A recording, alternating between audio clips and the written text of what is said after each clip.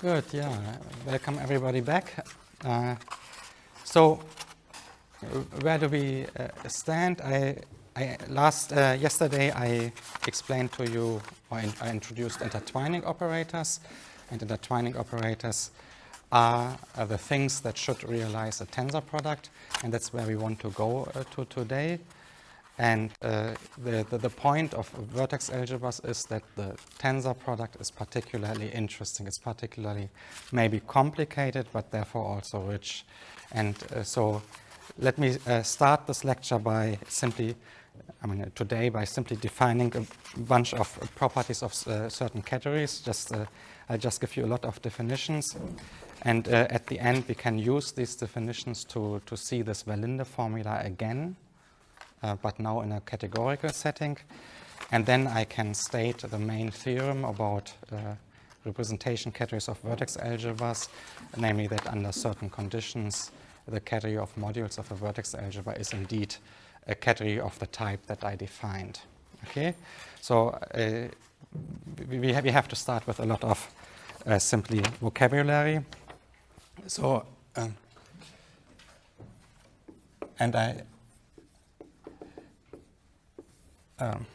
but that's probably either new to you or a good review anyway.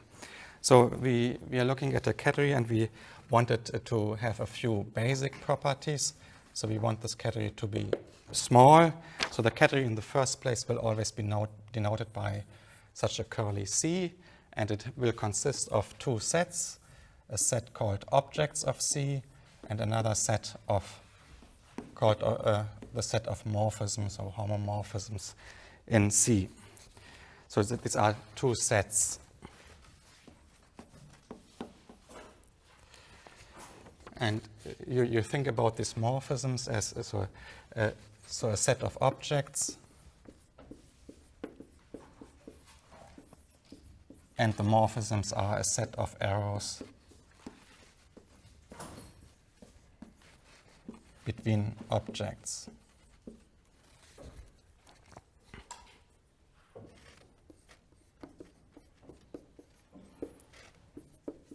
What do we want? We want the composition of arrows to be associative.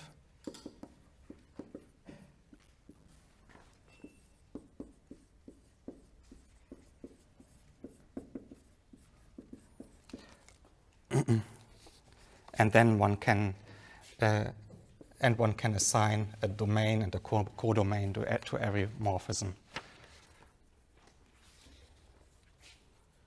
So that means we have functions called domain and codomain that assign to each morphism the corresponding object. Domain and codomain. Okay, then the additional next property we would like this category to be additive. And I should say everything is over the complex numbers, just because this is what we need.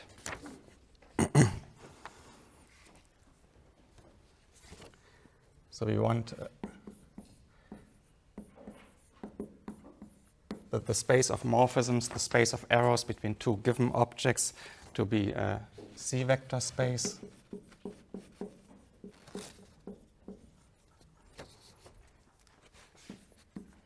And the composition of morphisms to be C linear.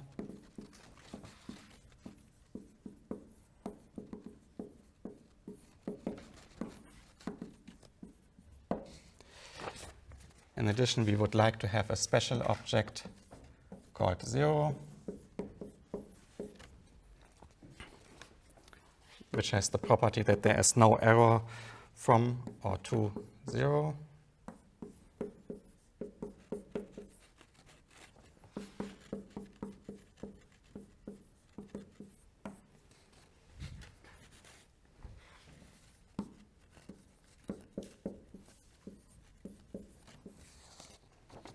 And we want finite direct sums to exist.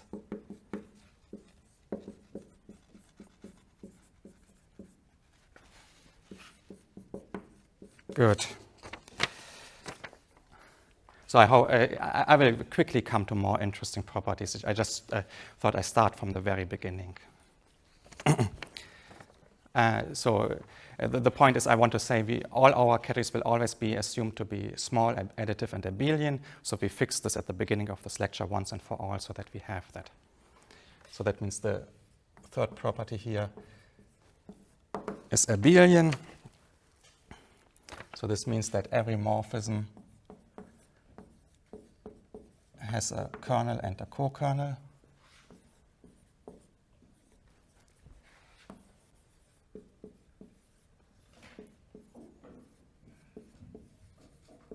And you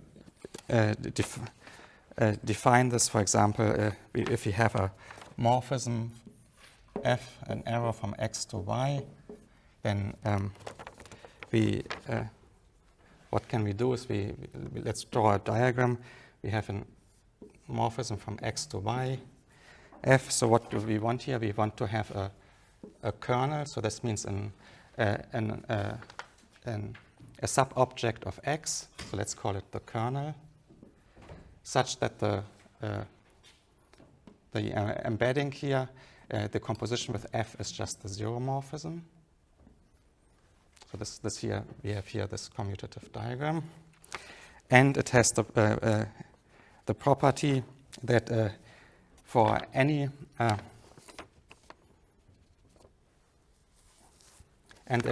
for any other morphism, k, so this means any other arrow from an object k prime to x, with the property that the composition with this composition is just the zero morphism. This has to factor through the kernel. Right? And a co-kernel is defined in analogy, just that you reverse your arrows. Okay, I'm sure most of you have seen that. And finally, the last thing once is that every morphism is a composition of an epimorphism and a monomorphism, so of a surjection and an injection.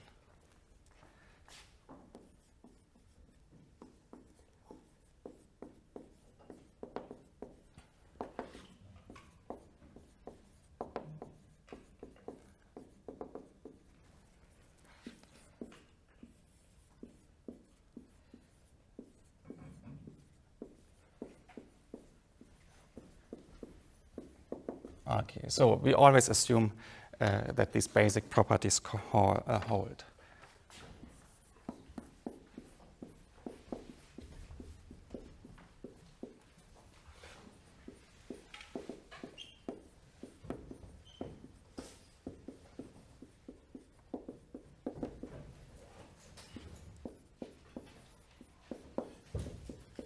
So,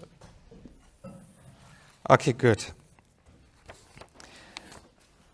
Now with this basic setup, we now want to define a monoidal category, and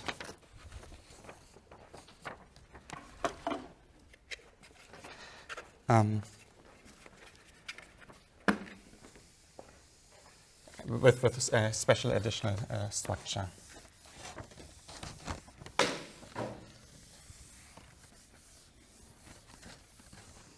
You always should think about that categories categorify something. So an abelian, I mean here the basic setup is just you should think about it as a categorification of vector spaces. And now if we add a tensor product to it, we want to think about it as a categorification of rings. So anyway. A monoidal category is a category as before, with an additional structure. We need a multiplication denoted by a tensor product. So this means a bifunctor from C cross C to C.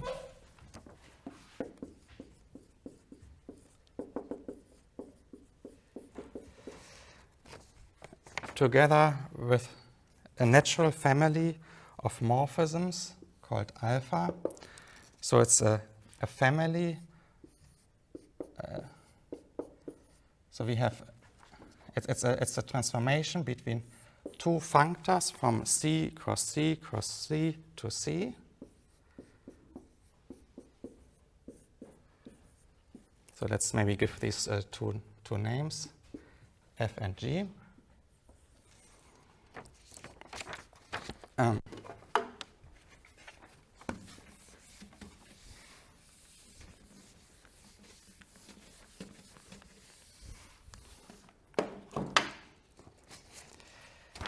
Where F is the functor that maps the tuple of objects to the tensor product of those three,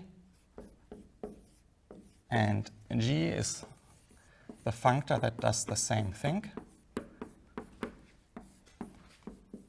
But what do I have to be careful about?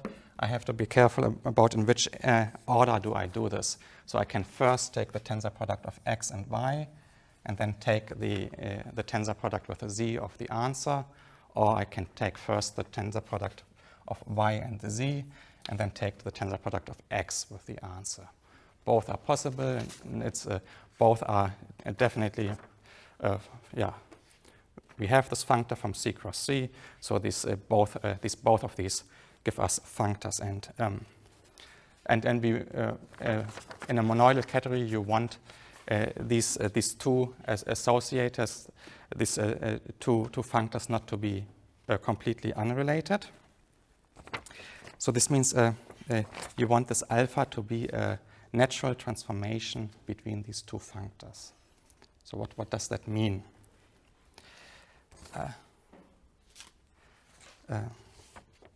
So you want this alpha to be a natural functor.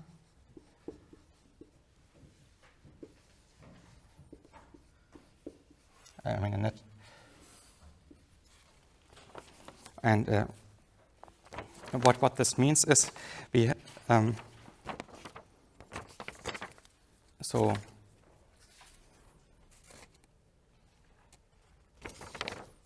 we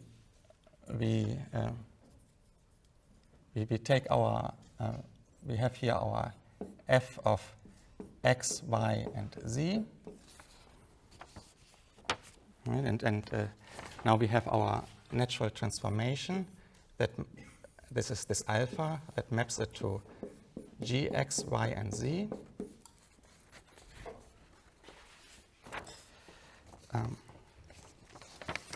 And now we can apply a morphism.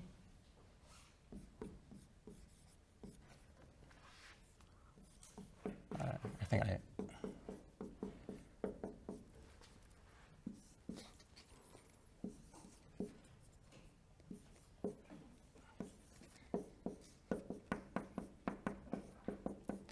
And you always want that this commutes with morphisms, and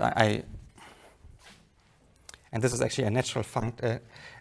So it's the natural functor. It's a natural family. It's a family of isomorphisms between these tensor products and these tensor products, such that they commute with morphisms. Meaning, I can first take the tensor product of x, y, and z, then apply this associator, and then apply a morphism from x, y, z to x prime, y prime, and z prime. Or I can first apply the apply this morphism and then the associator. This is the associator then from different objects. The statement about the natural transformation is that these two operations commute. So any questions to this? Because I might have been a little bit unclear. Okay, so in categories, one concept is simply extremely important. You don't want objects, as certain operations, not necessarily to be isomorphic on the nose. I mean equal on the nose, but only just you want them isomorphic up to natural isomorphisms.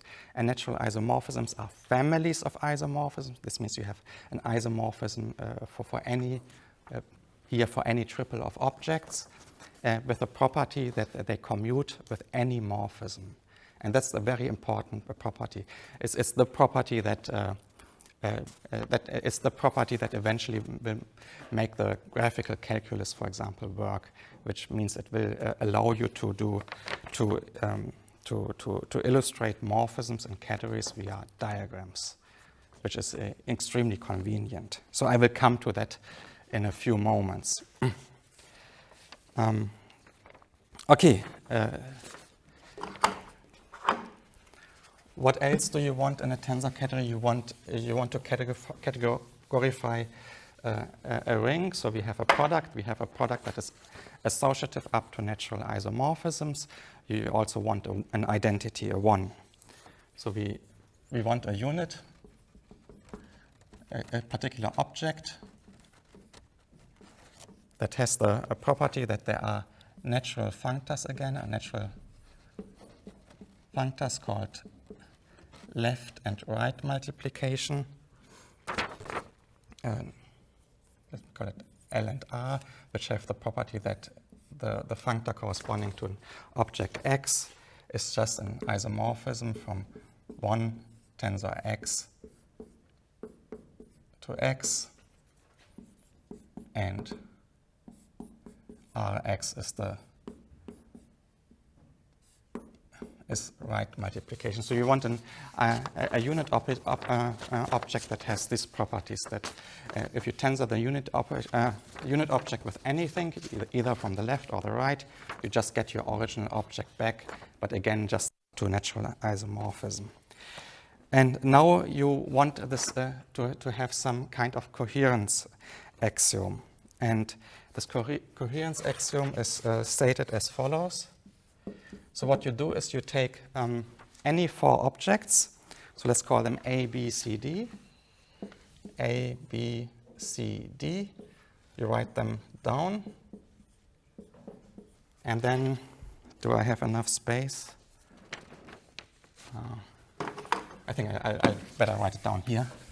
So you take 4 objects, you write them on the top of your board, on the upper left top, and you write them down on the lower corner as well.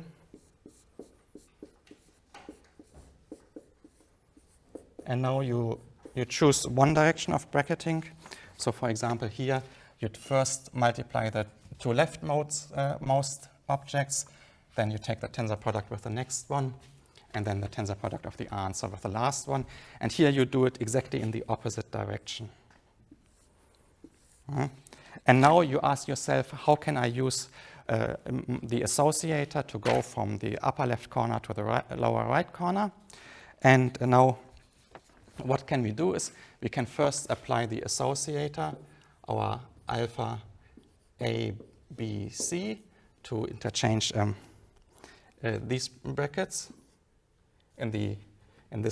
so that we get here an A times B times C first, and then times D. And then, and now we can, here now we have the tensor product of this with this, and then the answer with this. So we can use another associator.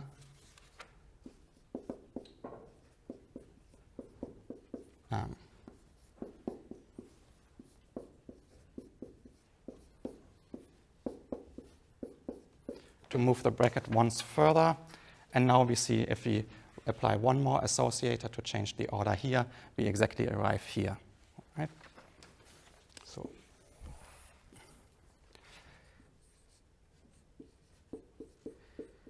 okay, and then what else could we have done? We could also first just do the associator of A times B with C and D.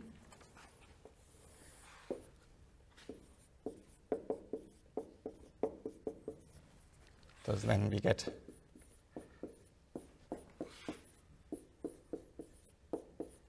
and then we see we are already quite close to here. Now all we have to do is we have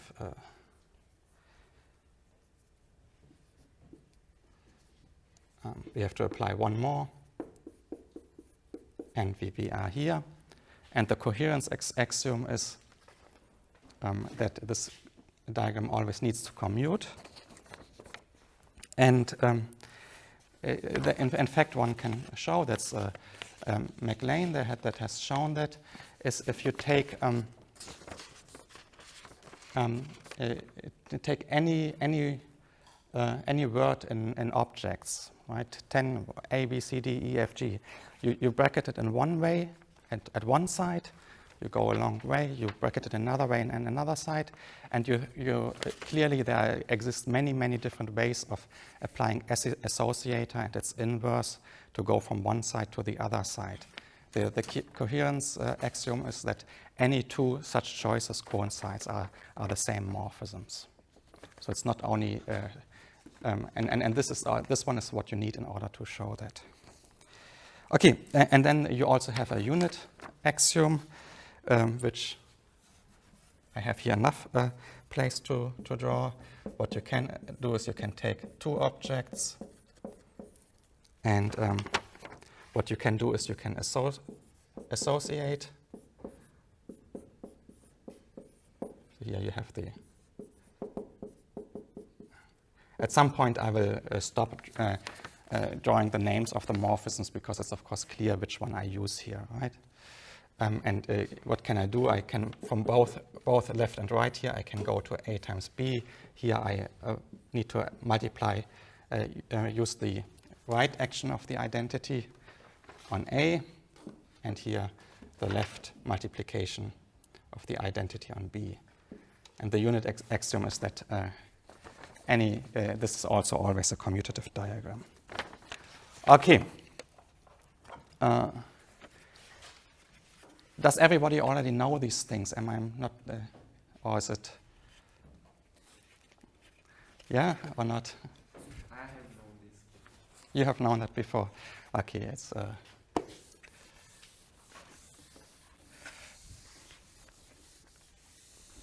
Yeah, it's.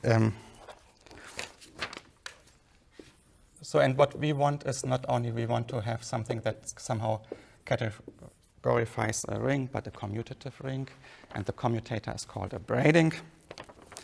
And so what do we want is we want also to have natural functors, which we call C. So let's call it CXY for the objects X and Y. Is the pen still readable, or do I have to take a new one? It's okay? Where we just, of course, we can either multiply X, take tensor product of X and Y, or Y and X. And in a general category, the two don't need to be isomorphic. But in a braided category, we not only want these two to be isomorphic, but also we want this actually to be a natural family of isomorphisms. So again, this means that morphisms commute with morphisms. And now you do the same thing as with this pentagon axiom. You write down, not the same thing, but what do you want? You take a bunch of objects, in this case 3. You write down the one combination of tensor products on one side and another one on the other side, and you think about how can you possibly go from one to the other. Well, we can first here associate. Now I stop writing down the associators. So whenever I just change the bracketing, I use the corresponding associativity morphism. And now I can change here the order of the tensor product using my braiding.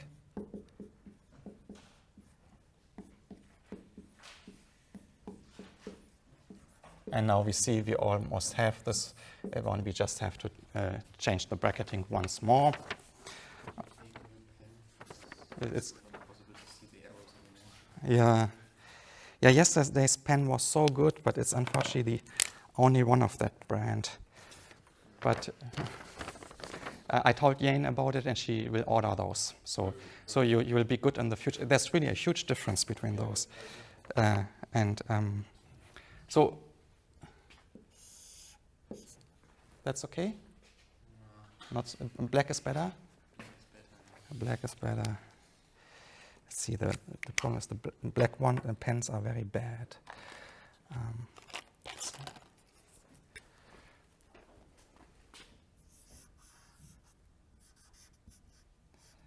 But apparently, also, the faster I write, the worse it is.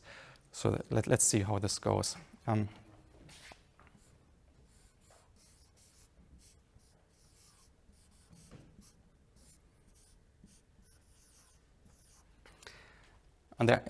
so here I did associator, braiding, associator. Now here I can also do a braiding. Now B is already on the good place, and now I still have to swap A and C. For this, I first have to change the order of tensor product. And then swap A and C. And the hexagon axiom is that this one commutes, and the same diagram for C inverse. You draw once again the diagram, and of course you can also use C inverse for swapping. Okay. Now, one wants to have a lot of properties. In fact, you simply want to have all the properties that you know from ordinary from experience and representation theory.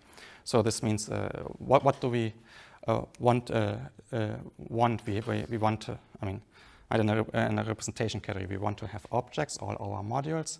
We want to have morphisms between modules. We want to be able to take a tensor product of modules. Okay, we also want this additional property.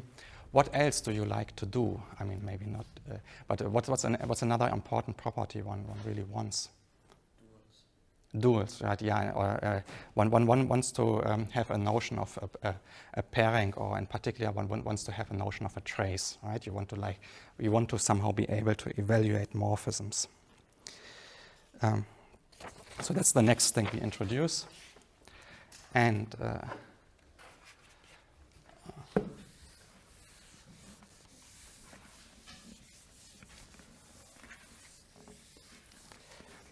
so in this whole VOA context, and also in all other contexts, you would sloppily say a category is good if it's a monoidal category that is braided and that has duals. These are the key properties.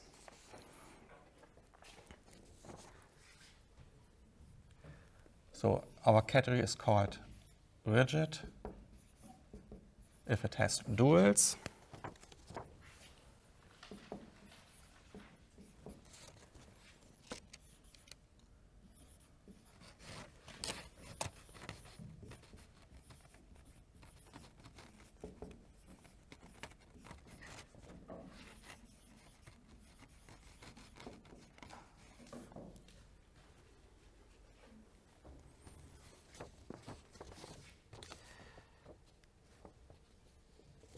So this means there's an assignment.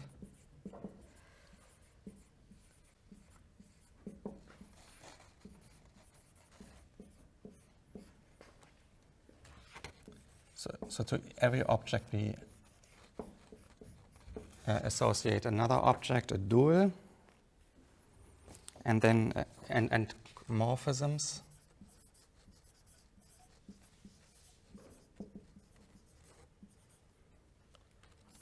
An evaluation morphism that assigns to a pair of objects, that maps the dual times your module, your object, to the identity, and a co-evaluation that goes the other way around, also in the other order.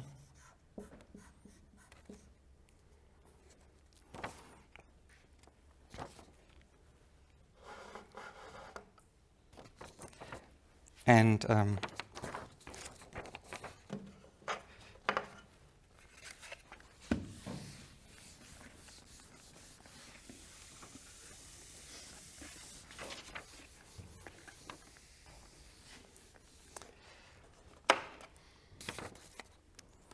And what can you do with duality? Let's see what we can do.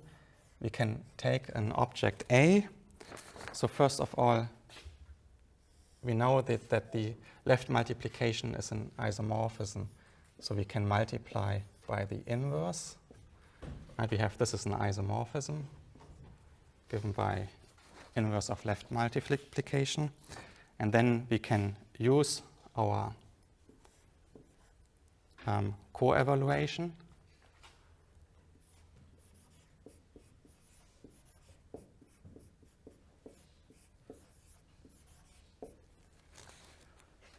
Good. And what can we do next? Next we can change the order of our brackets. So let me know if you want me to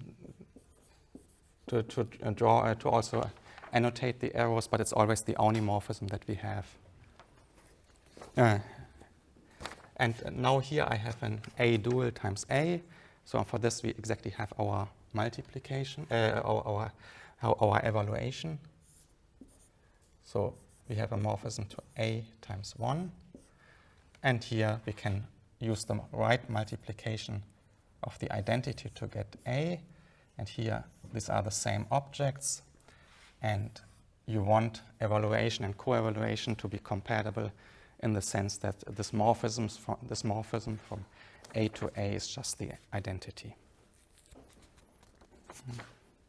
So this is always how it goes. You introduce new conceptual, new morphisms, and then you write down the obvious morphisms that you can write down, and you impose some conditions. And so here for duality, the condition is that this composition is the identity, and a complete analogous thing that you can do for a dual. So maybe I don't write it down because it's very similar.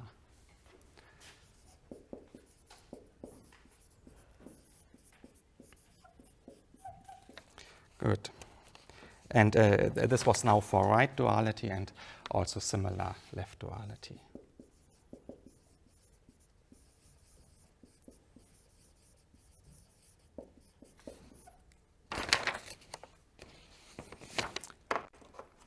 And in fact, you would like the duality to be a little bit better. You want this to give you a ribbon structure. This is one more property. So we are almost through all the definitions. If we have another morphism from A to the dual of the dual, such that it satisfies a few properties, this morphism applied to the tensor product of two modules is just the tensor product of the morphisms. We want this delta on the identity to be just the identity. In particular, we want the dual of the identity to be the identity itself. And then we want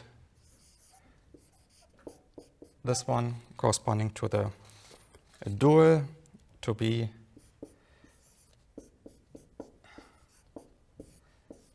delta star of A inverse, where delta star of A is the following morphism.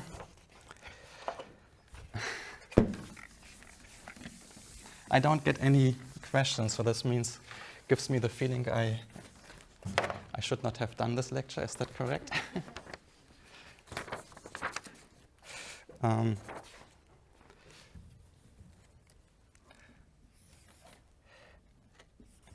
The nice thing about categories is that everything is very clean, so everything is very nice to digest, right?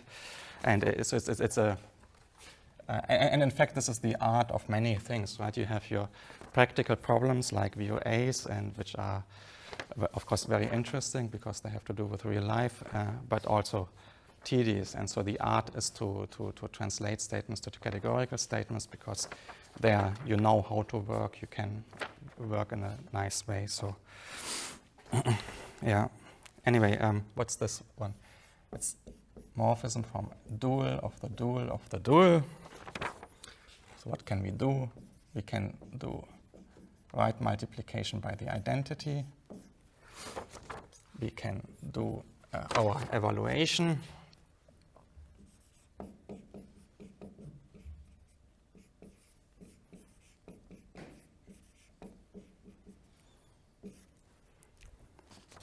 Now we can apply the delta of A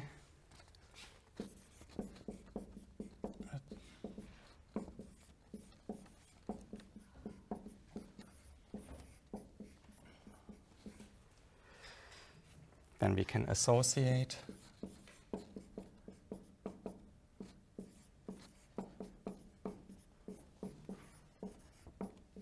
right, and now we can apply the evaluation to the dual of A.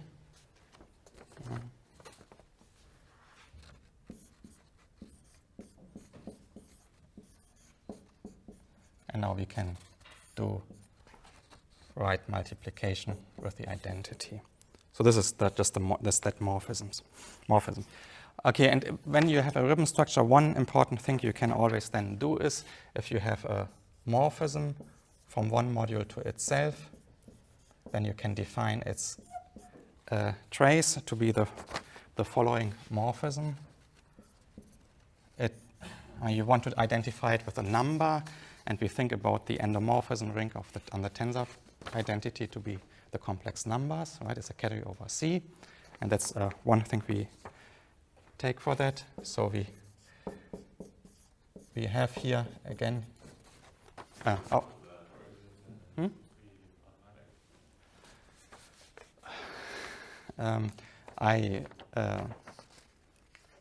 also should have stated that.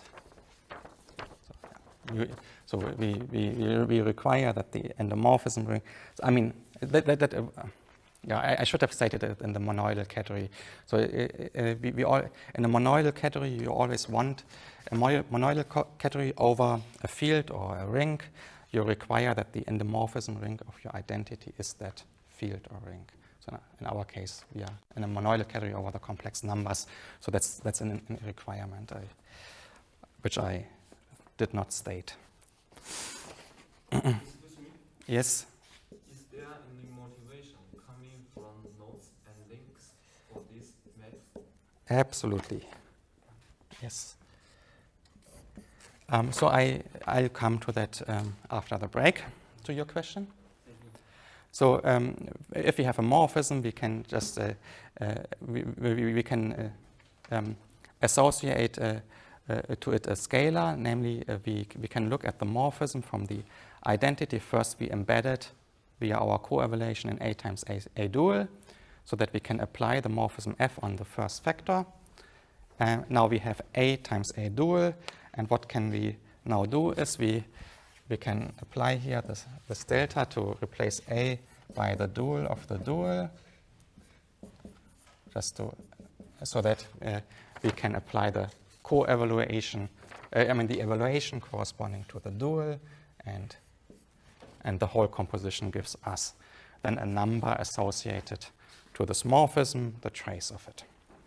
Okay, very good. And now,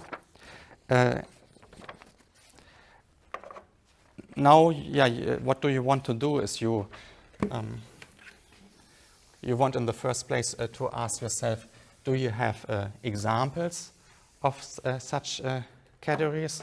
Well, first example is simply a category of vector spaces, right? The objects are finite dimensional vector spaces and morphisms are linear maps between them. So that's a nice example.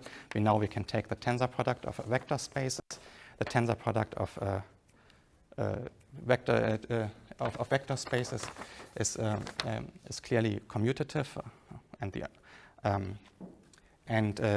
but it's commutative in a somehow trivial way, because if I commute twice, right, I do the map from A times B to B times A to A times B back using the braiding twice, I always get the identity. So that's then called a symmetric tensor category, and it's you should think about it as a tensor category where the braiding is as trivial as possible, and that is translated into as boring as possible. So exactly what one doesn't want. And one would say that would be an example of a very degenerate tensor category. It turns out interesting categories, for example, for applications, at least in low-dimensional topology, are those where the spreading is as far as possible away from being exactly isometric as in the sense in vector spaces. And how does this come about? And why don't I make a 1 minute early break today? So then I start with drawing a few diagrams which also go in the direction of your question. Yes? You carefully did not require that delta itself is an isomorphism. You carefully did not require that delta is an isomorphism, only on objects which are themselves duals. Is there an example of ribbon category for which there are objects which are not themselves duals and delta is not an isomorphism? So I don't know of an example that where delta is not an isomorphism. In fact, I think it always has to be an isomorphism. But there are definitely examples where objects are not their self-duals. No, I'm not asking if it's its own dual. I'm asking, is there an object which is not the dual of another object? I see. No. I think delta is an isomorphism. Delta is an isomorphism, yeah. And